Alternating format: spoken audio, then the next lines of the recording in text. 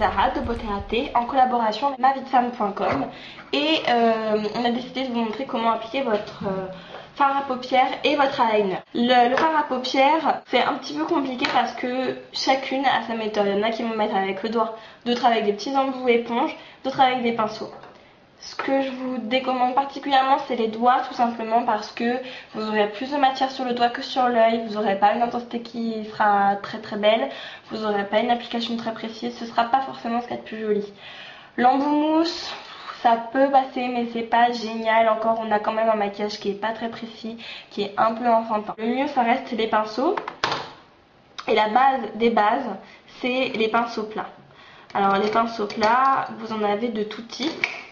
Vous avez des petits pinceaux plats comme ça, des pinceaux plats un peu plus longs, un peu plus fins. L'important c'est les pinceaux plats parce qu'ils vont permettre vraiment de poser la matière. Vous pouvez mettre des bases à paupières ou pas. Tout ça c'est des choix personnels en fonction de votre paupière, en fonction de l'intensité du maquillage que vous voulez, en fonction du nombre de temps que vous allez rester maquillé, de ce que vous allez faire. Premièrement, comment poser son ombre à paupières de manière la plus simple, en aplat, pour former un halo. Tout simple, tout simple, tout simple. Donc vous prenez un petit pinceau plat et votre ombre à paupières. Donc là je vais prendre du jaune, j'ai décidé. Donc, si vos fards sont un peu chuteux, tapotez pour éviter d'avoir des chutes sur les joues. Surtout si vous avez fait votre teint avant, il y a de quoi être verte. Et en fait le pinceau plat il va permettre de tapoter sur la paupière de manière à avoir de l'intensité, de ne pas avoir de chute.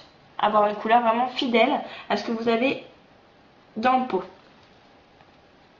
On tapote, on tapote, on tapote, on tapote, on tapote. Donc là, vous avez un halo tout bête. C'est pas compliqué jusque-là. Sachez qu'avec un pinceau plat, vous pouvez vraiment tout faire. Toutes les techniques de maquillage peuvent se faire avec un pinceau plat. On va faire un outer V. Donc vous savez, la outer V, c'est quand on a de l'ombre foncée sur l'extérieur de l'œil, quelque chose de très classique.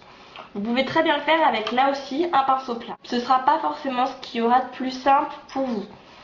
Ce qui est de mieux dans ces cas-là, c'est les pinceaux plats qui sont biseautés, de type celui-ci. Vous allez prendre une teinte foncée. Donc là en l'occurrence je prends gris très foncé, presque noir. Et vous allez dessiner un V. Vous allez tracer l'autre barre du V qui revient légèrement dans le creux. Donc vous voyez là ça vous dessine un V sur l'extérieur de l'œil. Et de là, sans reprendre de matière, vous allez ramener le gris. On le ramène dans le jaune, on le ramène dans la couleur claire. On peut reprendre un petit peu de couleur claire et revenir un petit peu sur le foncé. Et ça finit un petit peu le travail. Autre technique, c'est la banane. Donc pour la banane, vous allez prendre aussi quelque chose de foncé. Prendre un pinceau donc tel que celui-ci, des pinceaux qui vont dans le creux de la paupière, celui-ci. Vous pouvez aussi prendre un pinceau plat. Pour le coup, là, c'est un peu selon le confort. Vous prenez avec le pinceau la teinte foncée que vous allez mettre dans le creux de la paupière. Et là, il y a un creux au niveau de l'os, là. C'est juste sous l'os.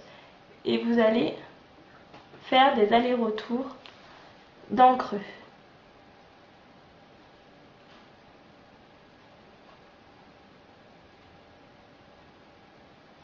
C'est deux manières d'appliquer. Toujours revenir avec la couleur claire, on n'hésite pas. Voilà, c'est pas fini. Ensuite, il y a un travail d'estompe qui doit se faire. Et ça, je vous en parle tout de suite. Ce qui est de très important dans le maquillage, c'est l'estompage. Pour estomper, vous pouvez aussi utiliser un pinceau plat ou bien ce genre de pinceau là, des pinceaux peints. Et donc vous allez passer en fait sur les bords du maquillage pour le rendre vraiment un peu plus flou, moins strict, plus naturel. Et c'est vraiment ça qui rend un maquillage joli. Petite astuce, c'est d'utiliser une couleur très claire et irisée dans le creux interne.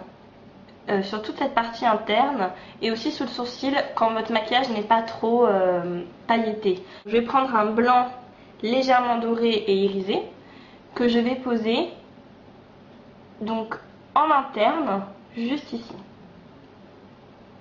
et ensuite sous le sourcil. Ça rend très beau.